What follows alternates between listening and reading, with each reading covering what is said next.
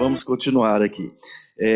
Bioeconomia e investimentos, vamos chamar Volker Mintz, que é engenheiro agrônomo, florestal e urbanista, da USP e da Humboldt-Universität Berlim, e o professor Gilmar Maziero, professor associado da FEA-USP. Vocês querem falar em formato painel ou querem fazer a apresentação, professor? Então, apresenta você primeiro e depois o Gilmar, se você já quiser sentar aqui, professor. Fique à vontade. Por favor.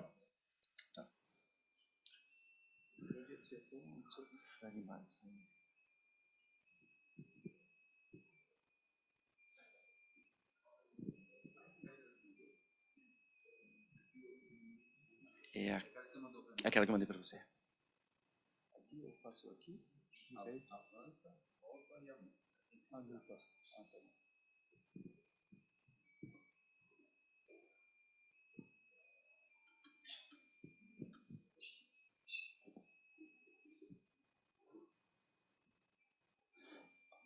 Bom dia a todos.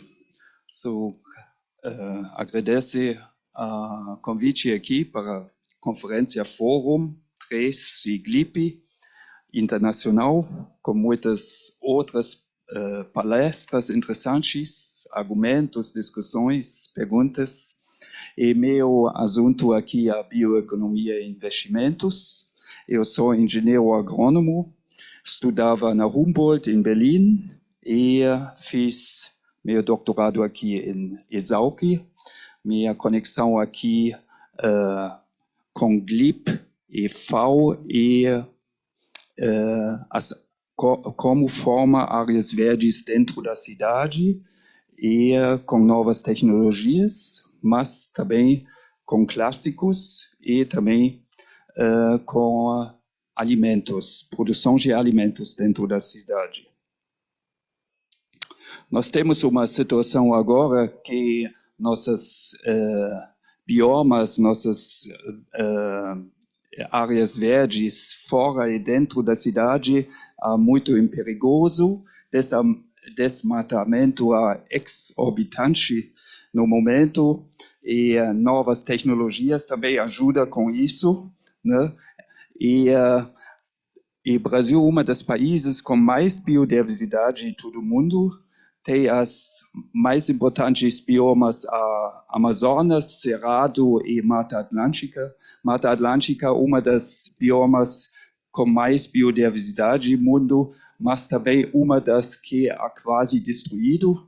Tem uma das hotspots da biodiversidade, que significa mais de 70% de área está destruído. E hoje a Mata Atlântica só existe 12% em várias ilhas. Na histórica, no passado, existe de Pernambuco até Argentina, e agora as maiores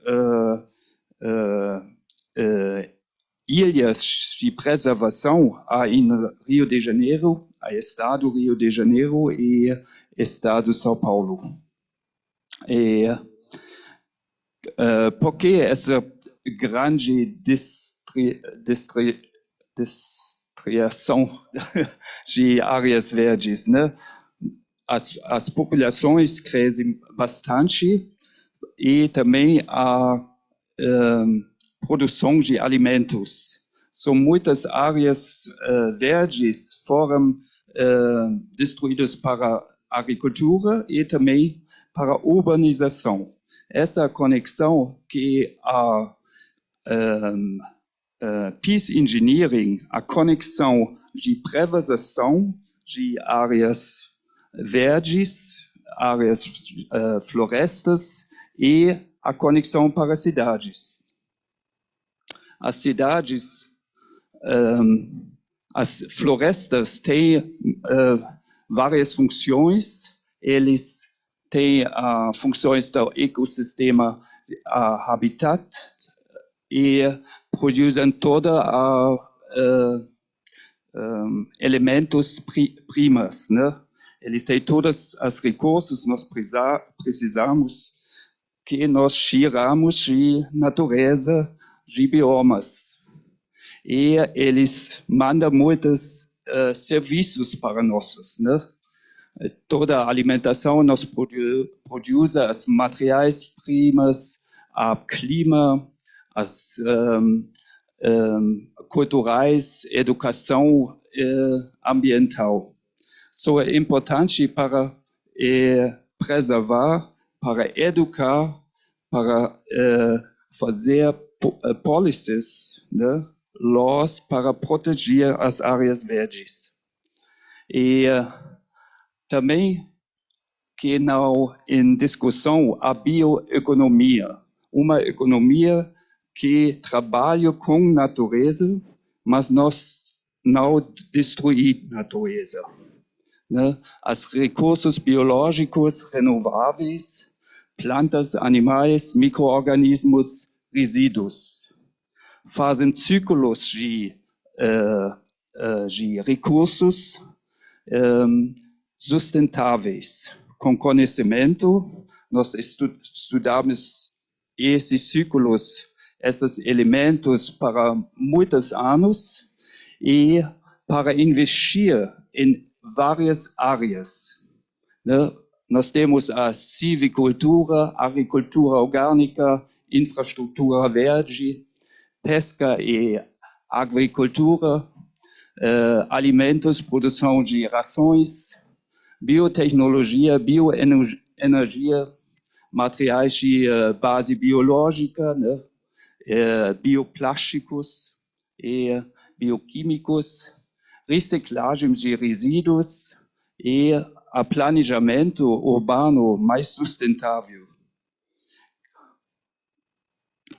Essas também ajudam a mitigação de mudanças climáticas e criar uma nova economia verde, com preservação de ambiental,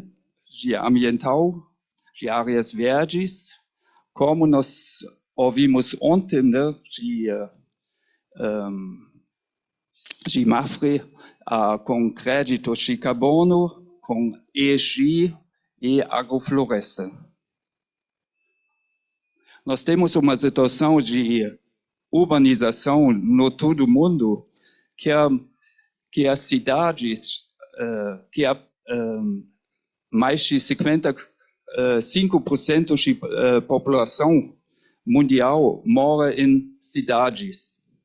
E nós temos esse fenômeno de megacidades, a cidades com mais de 10 milhões de habitantes. São Paulo tem 21 milhões de habitantes. E a maior megacidade de nosso mundo em Japão, a Tóquio, com 38 milhões de pessoas. Como administrar, alimentar uma cidade com tanta população e tamanho? Esse vai muito complicado. Esse é um processo muito complicado, com muitos conflitos, com muitos diferentes problemas, e precisamos a conexão com toda a população, mas com todas as áreas de produção, de vida, de educação, de desenvolvimento urbano. Nós temos os fenômenos de ilha de calor, de efeito estufa, de poluição, de buraco de ozônio, né? Menos áreas verdes tem muita influência do clima dentro da cidade. Muito calor, muito denso e muita poluição. Mais pessoas, você tem tudo mais trânsito, tudo mais conflitos, tudo mais temperatura alta, tem muita poluição de água, de ar, muitos problemas que tentamos para resolver com engenharia, com pesquisa, junto com indústria. Nós temos problemas de saúde, de inundâncias, uso de excessos excessivos de recursos naturais em cidades, né? De contaminação de solo e de água, de desigualdade, conforme parte é muito rico, a outra parte da população é muito pobre. Tem essas diferenças de estilo de vida muito complicado, os resíduos e sobre os problemas de overfishing de oceanos também, parte, tem muitas essas megacidades, tem parte de muito perto de oceanos, né? E nossa footprint, né, pegada muito mais alto que nós temos em recursos para as próximas gerações. Esse precisamos repensar. Denn as cidades grandes têm a maior consumo de recursos. Eles também produzem 70% de emissões globais. E precisa repensar nossos processos econômicos, sociais e ecológicos. Mudar nossas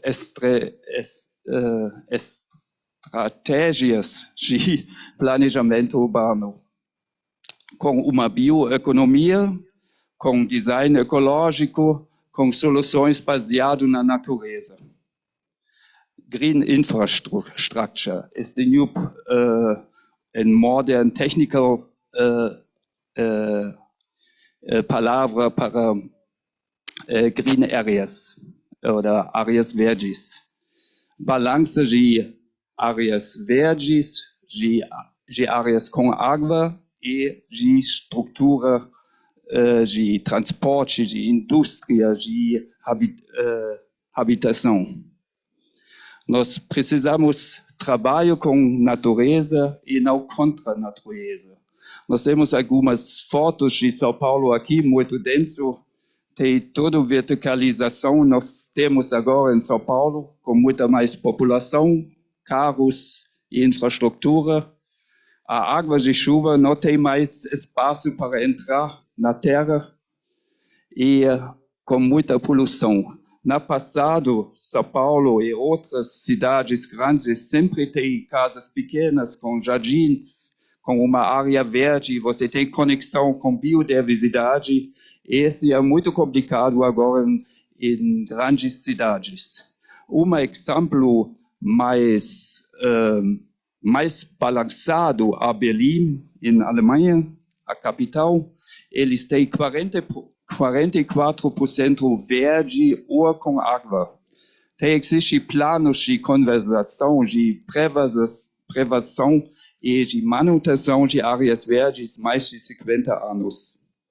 E esse ajuda para fazer essa conexão com planejamento urbano, com indústria e habitação de pessoas ou habitantes dentro da cidade. Nós temos diferentes formas de áreas verdes. Em Berlim, você encontra todas essas formas, você vê aqui, telhados verdes, coberturas verdes, terraços verdes, paredes verdes. Uma das novas formas de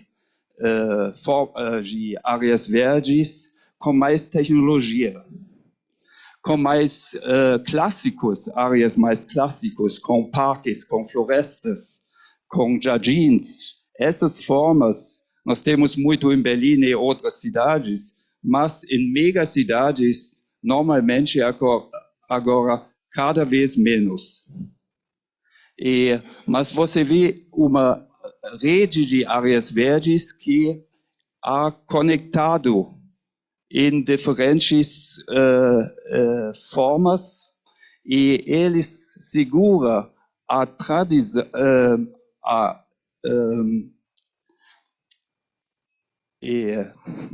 desculpa, eles é importante para balançar o clima dentro da cidade, que as áreas verdes também, eles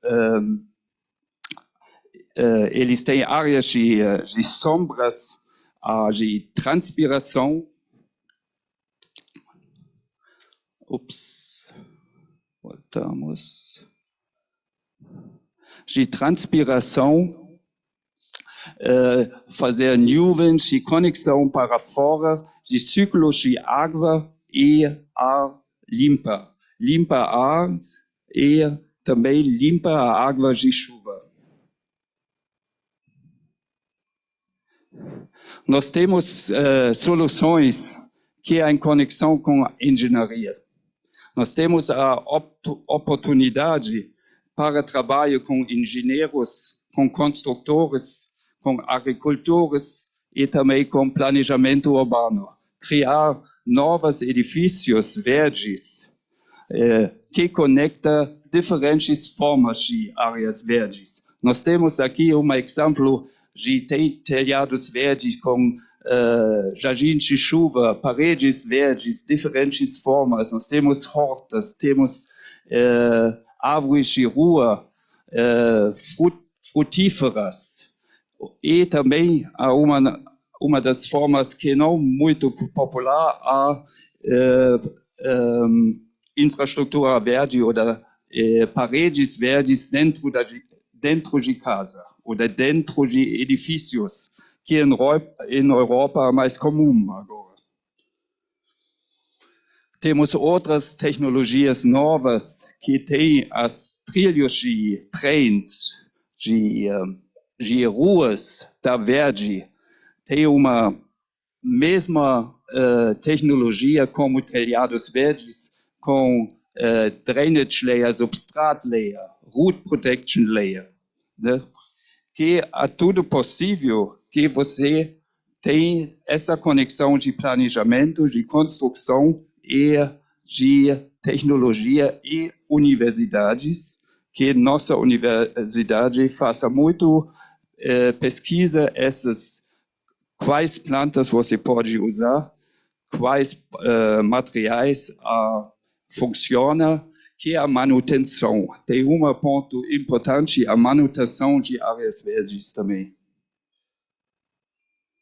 E nós temos novas tecnologias também para a produção de alimentos dentro da cidade, como aquapônica, hidropônica, que você pode integrar na arquitetura, no planejamento urbano, que você fazer parte de produção de alimentos dentro da cidade.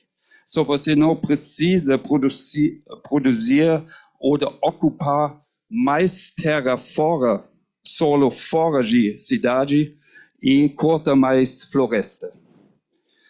O Brasil tem novas conexão com a Europa também, novos conjuntos para exportar mais alimentos para a Europa. Esse é bom, uma parte que você ganha dinheiro, mas outra parte você quer mais produção, quer mais exportar e precisa mais terra para isso. Mas você tem esses lugares de cidade, produzir peixe junto com verduras, ou tem uma produção de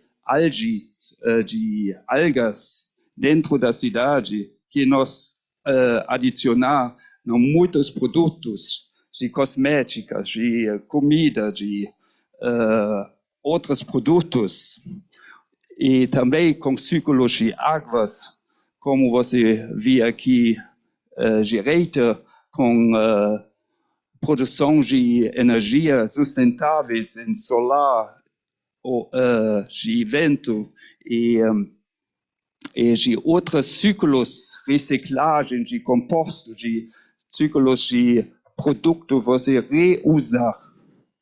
E tem as produções em frente ou em cima de supermercados. Tem alguns exemplos que existem agora em na Alemanha.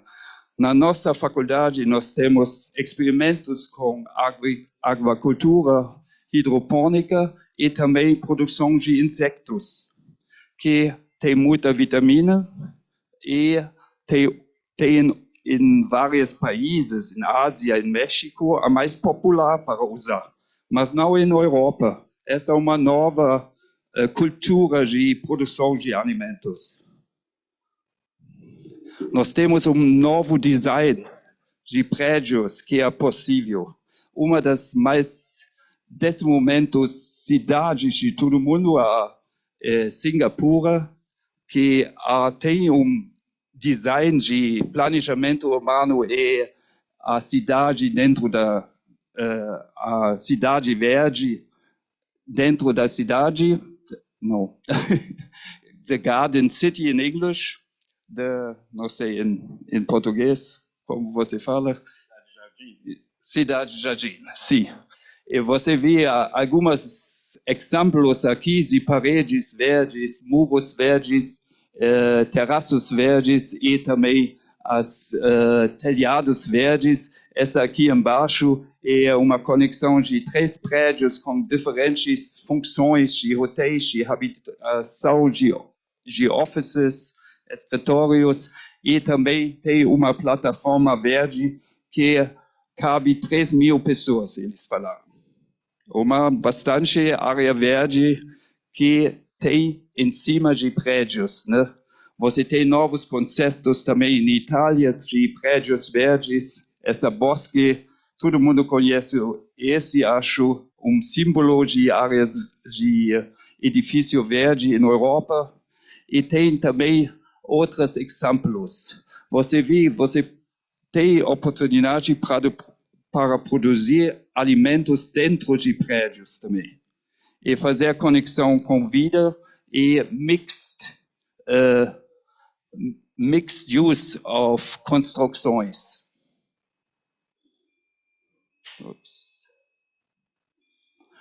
Para conclusão, só vou falar, esse mercado de bioeconomia em investimentos, né, tem volume de 8 trilhões de dólares. São uma opção muito grande para cada secções, né? Reduz a dependência de combustíveis fósseis, né, com energia renovável, investir em economia circular, reciclagem, preservação de meio ambiente, de ESG, créditos de carbono. Nós ouvimos ontem agricultura sustentável, também a agroflorestas, combinação de produção de alimentos com floresta e proteção de tribos indígenas, as terras de indígenas com cultura e línguas, contribuiu para metas climáticas em respeito de agenda 2030 com as 17 goals, objetivos climáticos, né? E agora mais importante que em Brasil, em Belém, vai em 2 semanas, começa em 2 semanas, e promove inovação, tecnologia e novos empregos verdes. Promove desenvolvimento urbano sustentáveis com segurança, tem parte de segurança alimentar, biodiversidade, saúde, resiliências das cidades. Tudo isso nós precisamos educar as pessoas de todo nível de educação e também a população. Obrigado.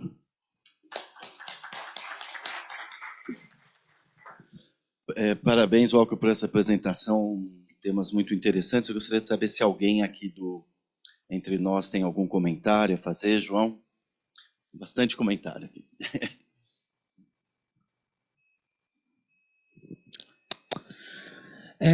Eu gostaria de perguntar se existem casos de cidades verdes com esse conceito sendo implementado em áreas periféricas, porque geralmente o que eu vejo são os grandes centros urbanos na parte, grandes prédios, e não vejo muito esse conceito sendo aplicado em regiões de favelas, regiões de periferia, que por experiência própria falta bastante. Se você tem algum caso para comentar. Sim, São Paulo tem muitos programas também com desenvolvimento de áreas de favelas em conexão de alimentos, de infraestrutura, né, de habitação, melhorar a reciclagem, os sistemas de reciclagem, existe de transporte, de conexão. Também é difícil ter essas áreas, é muito grande também. Você tem Paraisópolis, tem com 40 mil pessoas ou mais, e tem outras favelas. Esse é um processo e às vezes as áreas você não tem muita influência. Eles têm governo dentro de favelas que é muito perigoso também. E em Rio nós temos sempre nós ouvimos esses escândalos ou essas invasões, né, às vezes. E esse é um processo que na agenda de Estado, né, e de cidades, mas tem um processo um pouco lento e com muito cuidado. Essas discussões, como nós resolver conflitos, que a Scott falou ontem, né? É muito interessante. Como fizemos essa conexão? Como resolvemos esses conflitos? E também de peace engineering. Tem essas metodologias. Nós precisamos mais entrar e conectar mais pessoas com isso também, né? Mas tem vários casos, tem várias favelas em outras grandes cidades como Mumbai. Mumbai tem uma favela, né, slum, de 1 milhão de pessoas. Tem uma cidade dentro da cidade. E como você administrar local isso, né? E fazer desse momento uma conexão uma vida mais melhorada, né? Esse é muito complicado e esse é conceito que nós pensamos de deslocalização de grandes cidades, fazer mais centros pequenos, mas não tantas grandes cidades. Tá certo. Scott? Thank you. I mentioned before briefly that I'm originally a landscape architect before becoming a mediator, so I love your presentation. And I wanted to add, while I was working in Dubai, when we did a development, if you didn't give your black water back to the city, they charged you. Because water and fuel is so valuable to them. You have nutrients in water, which in the desert is so valuable. And how much money do we spend pumping in water, pumping out water that has nutrients? And so these solutions to reincorporate it into our architecture, into our living spaces, is just makes good sense. Thank you. We have in Berlin actually sistema de água de chuva que vai na telhados, né? Para motivar pessoas a investir em telhados verdes, você paga maior parte de taxa, de impostos de água que entra na sua telhado e vai nos sistemas de como falar, abwasser, esgoto. Esse motivar, né, investir as construtoras, mas também o setor privado, os house owners, né, para investir em telhados verdes, muros verdes, né. Muito obrigado, Volker. A gente está com a hora um pouco avançada, mas assim, quem tiver pergunta, o Volker está aqui o dia inteiro, o debate pode continuar, né? Então agora eu vou apresentar o Nosso próximo palestrante é o professor de administração da Faculdade de Economia e Administração da Universidade de São Paulo, professor Gilmar Maziero. Bom dia a todos. Tá funcionando? Tá. Bom dia a todos, e eu gostaria de colocar para vocês aquilo que eu coloco nas minhas primeiras aulas de administração de empresas. Qual é o principal problema da administração em qualquer parte do mundo e em qualquer estágio de desenvolvimento? Aí as respostas são as mais diversificadas, mas eu posso assegurar para vocês que o principal problema da administração é a comunicação. A gente fala e as pessoas entendem o que elas querem. Então, antecipadamente, eu peço desculpas se eu não conseguir passar a mensagem correta para vocês, a mensagem que vocês têm alguma expectativa de absorver no dia de hoje, com a minha fala aqui, que deverá ser bastante rápida e talvez até um pouco repetitiva. E aí eu peço desculpas para vocês, porque eu não sou engenheiro, eu sou administrador de empresas, fui treinado nisso, mas não sei se fui bem treinado ou não, porque nós temos os problemas que temos até hoje, ok? Então eu vou tentar ser um pouco repetitivo. A apresentação está em inglês, mas eu vou continuar falando em português, que vai ser um pouco repetitivo em função dos que me antecederam, porque não dá para inventar a roda novamente, e nós vamos tentar reenfatizar alguns pontos, ok? Bioeconomia e investimentos no Brasil. Cadê o passador de slides? Você passa? Ok, obrigado. Onde aperta? Para sempre abaixo. Ok. Então vamos lá. Conceito de bioeconomia. É sustentável, o uso biológico de recursos e gera produtos, energia e serviços. É a integração da biotecnologia com a agricultura, com o reflorestamento ou florestamento. Há uma diferença porque tem gente, principalmente os chineses, que estão florestando o seu território.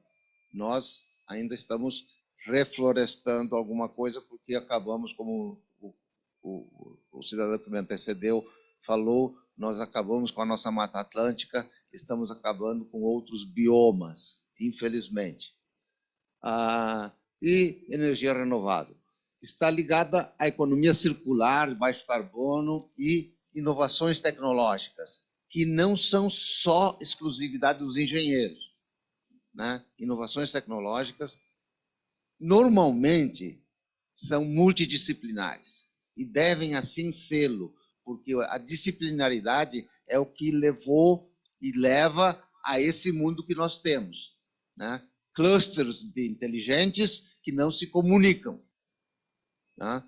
Então, temos um problema aí, e eu, embora administrador, disciplinarmente administrador, prezo pela multidisciplinaridade. E os exemplos são muitos, e aí já foram colocados anteriormente, que eu não vou me ocupar com eles. É importante globalmente, e temos que pensar globalmente, não só nacionalmente ou regionalmente. Ok? Por quê? Porque a bioeconomia movimenta, e já foi antes ali citado, né, segundo o relatório da OCDE, 4 trilhões no mundo. Ok? Elas estão presentes nas estratégias nacionais de grandes países, como a União Europeia, considerando o aglomerado de países que existem lá, os Estados Unidos, considerando os Estados Unidos e não o seu governo de ocasião, e a China. Tá? E aí temos... Desculpa, professor. Desculpa, o professor, ele entendeu, ele está nos Estados Unidos e ele está sofrendo mais do que nós que estamos longe. Mas todo mundo está sofrendo hoje em dia com a atual administração norte-americana, que ninguém entende, nem ela mesma. Parece... Bom, deixa para lá. E aí nós temos a conexão com os objetivos do milênio, e aqui uma curiosidade. muito curiosidade. Vocês não sabem, mas eu tenho muita quilometragem rodada pela Ásia, Japão, Coreia do Sul e China. E eu estive como pesquisador visitante na Coreia do Sul e fiquei no dormitório da Ewha University. A reitora da Ewha University, eu não sabia, mas ela virou uma das especialistas que contribuiu para o desenho dos objetivos do milênio, esses que o mundo não alcança, mas a gente renova e faz outros. Não há problema. Somos todos administradores, somos todos engenheiros. E isso porque se espera crescer, ou melhor, esse setor, esse nicho cresce a 6% ao ano, que é muito maior do que os demais setores, principalmente os setores já decadentes. Decadentes são esses que vocês conhecem, que o pessoal está falando aí. O potencial brasileiro todos conhecem. Então, nós somos o eterno país do futuro. Vou passar rapidamente, porque temos na bioeconomia várias possibilidades e vários setores estratégicos. Estratégicos, se a gente quiser usar a palavra estratégico, porque é uma palavra que não diz muita coisa, né? Mas temos vários setores onde sim podemos alocar as nossas energias. E aí estão eles. O etanol. O etanol é muito curioso. Nós produzimos etanol com tecnologia estrangeira para exportá-lo para os Estados Unidos. E não para exportá-lo para os nossos países do Mercosul, onde poderíamos ter feito uma reserva de mercado enorme, enorme. Mas não, exportamos, entregamos o ouro. Desculpa, não vou terminar porque todo mundo conhece a expressão, né? Ótimo. Aí temos farmacêuticos, e isso nós temos a maior empresa de cosméticos do mundo explorando muito da natureza amazônica. Vocês conhecem a empresa, não preciso falar o nome dela, né? Temos fertilizantes, e aí alguém mencionou aí o problema com a Ucrânia, aí, que nós somos importadores de fertilizantes dos russos, e nós temos eles aqui, basta nós, engenheiros e administradores e outros, industrializarmos o que temos, a nossa natureza, porque não existe país com tanta abundância quanto o Brasil. Não existe. Que eu conheço, que eu tenho rodado o mundo aí, difícil de encontrar. Bom, outros exemplos aí também, inclusive o turista, né? Se vocês quiserem.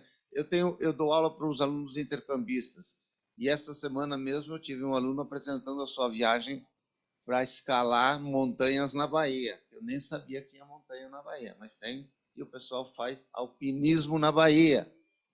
Okay? Recentes investimentos. Aí vocês têm exemplos de recentes investimentos, e aí, basicamente, as duas instituições de maior investimento no Brasil, que é o BNDES, o Banco Nacional de Desenvolvimento Econômico e Social. Antigamente não tinha o social, agora temos o social, só que parece que ainda não conseguimos sensibilizar os nossos colegas que administram o banco para o social. E aí eles pensam em fazer as coisas para o econômico, mas tudo bem. Aí temos, então, o Fundo Amazônico, o Fundo da Amazônia. Essa é uma iniciativa única no mundo e excelente, só que 95% dos donors é somente um país, a Noruega. Não sei por que o mundo fala tanto. Temos uma outra cópia agora em Belém e o pessoal não bota a mão no bolso. E tem que botar a mão no bolso. Eu não sei se é o engenheiro ou o administrador que tem que fazer as pessoas botar a mão no bolso. Mas ok.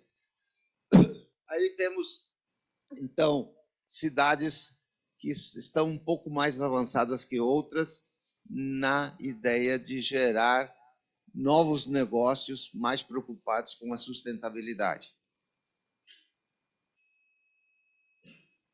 Quais são os desafios e as barreiras? Aí estão, desculpa que ficou pequenininho, não deu tempo de aumentar.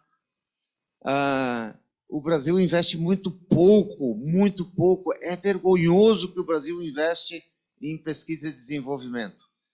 E esse pouco ainda é das empresas multinacionais. Nós não temos pesquisa e desenvolvimento brasileiro. Eu costumo brincar, e aí vocês sentem, vocês engenheiros, com uma estatística que, desculpa os números se eles não estão mais corretos, mas, grosso modo, nós temos um parque automobilístico que vocês estufam o peito para falar do parque automobilístico brasileiro, que é o setor industrial, que ao longo de 50 anos, depois do Juscelino Kubitschek, né, conseguiu produzir e montar 2.500 unidades de automóveis. Mais ou menos, 2.500.000. Okay?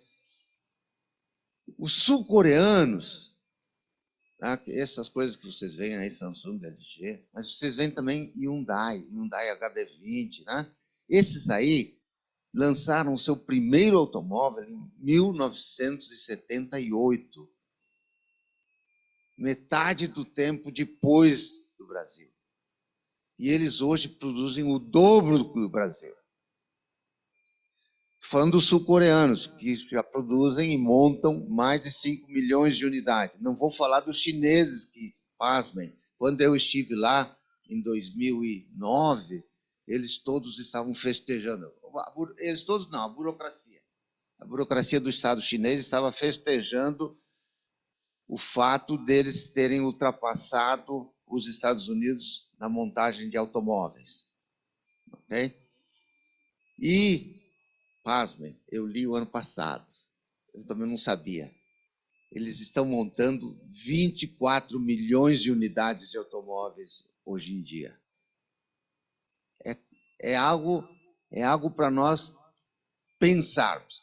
E, importante, eu acho que essa é uma diferença importante. Enquanto o mundo, e eles também, começaram a catching up, e o catching up é os americanos, o catching up é os europeus, ninguém conseguiu alcançar, exceção os coreanos.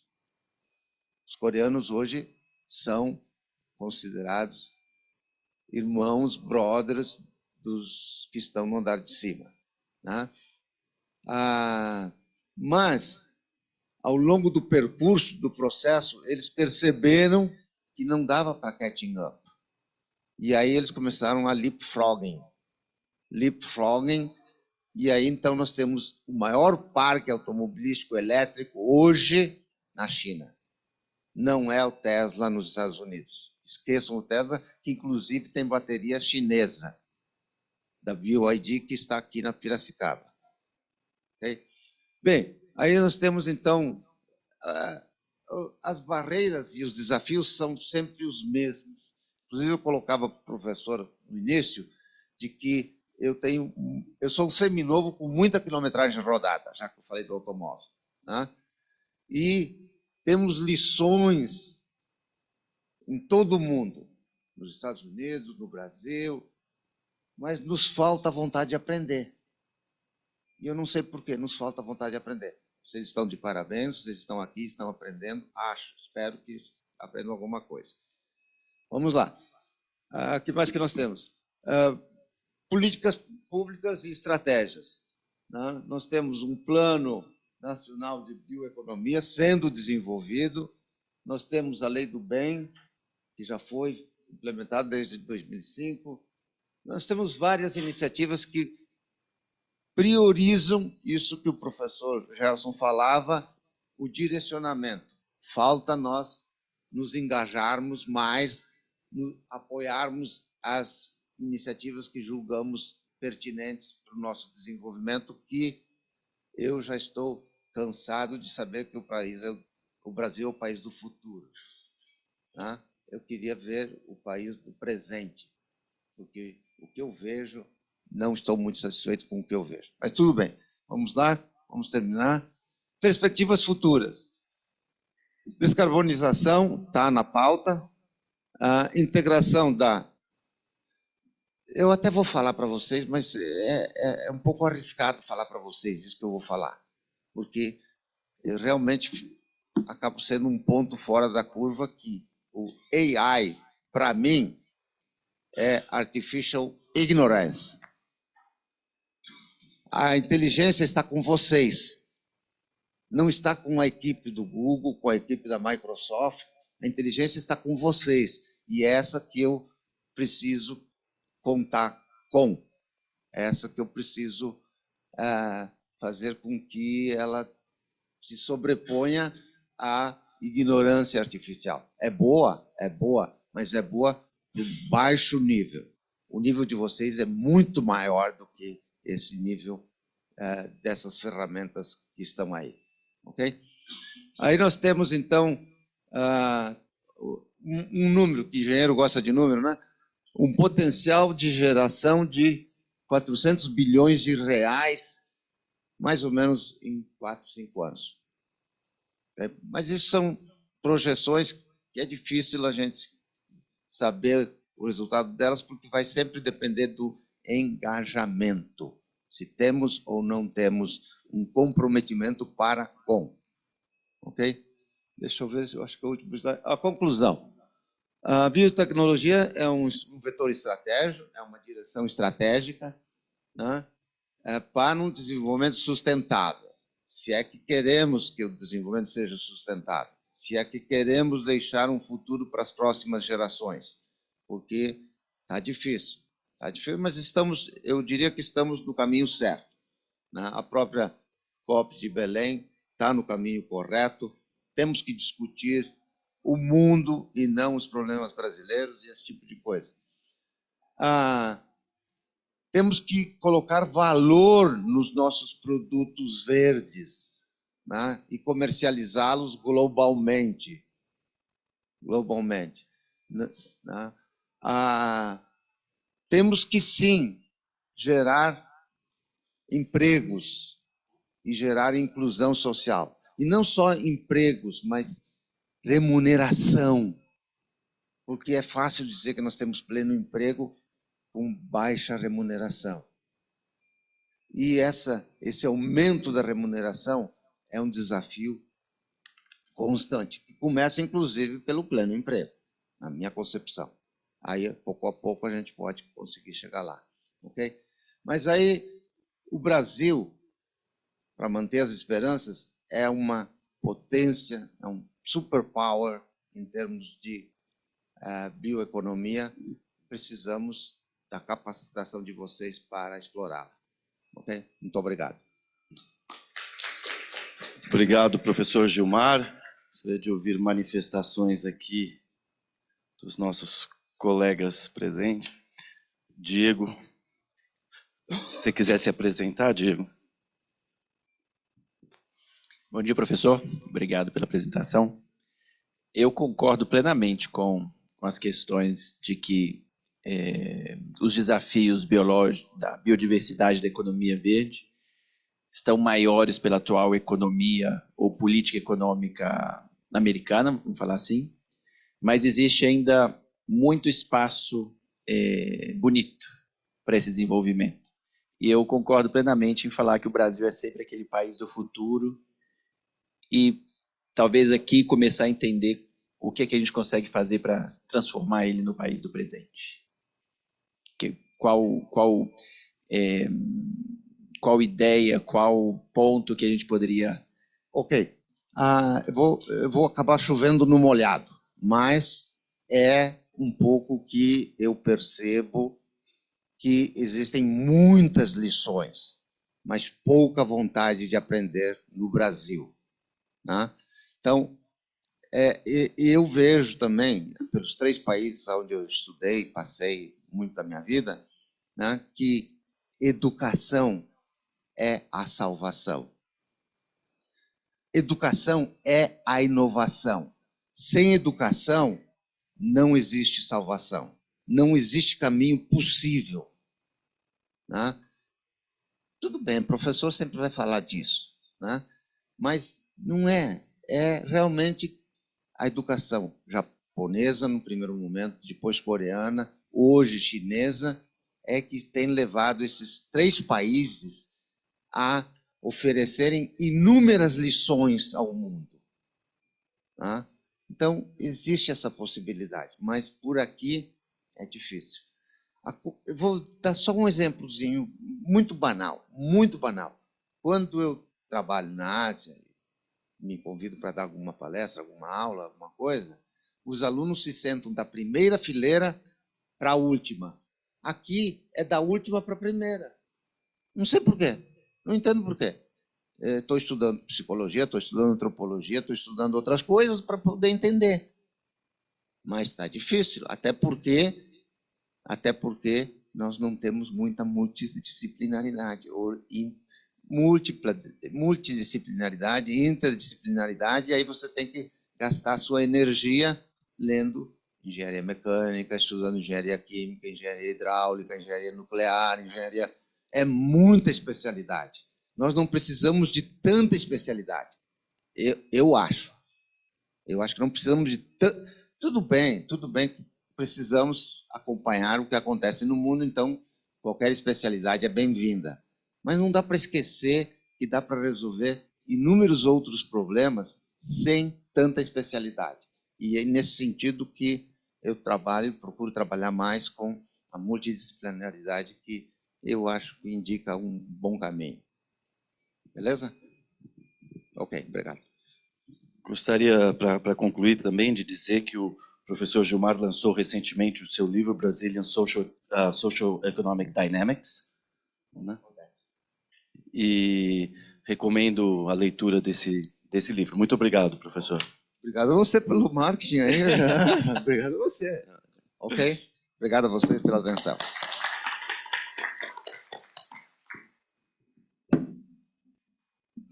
Vamos com...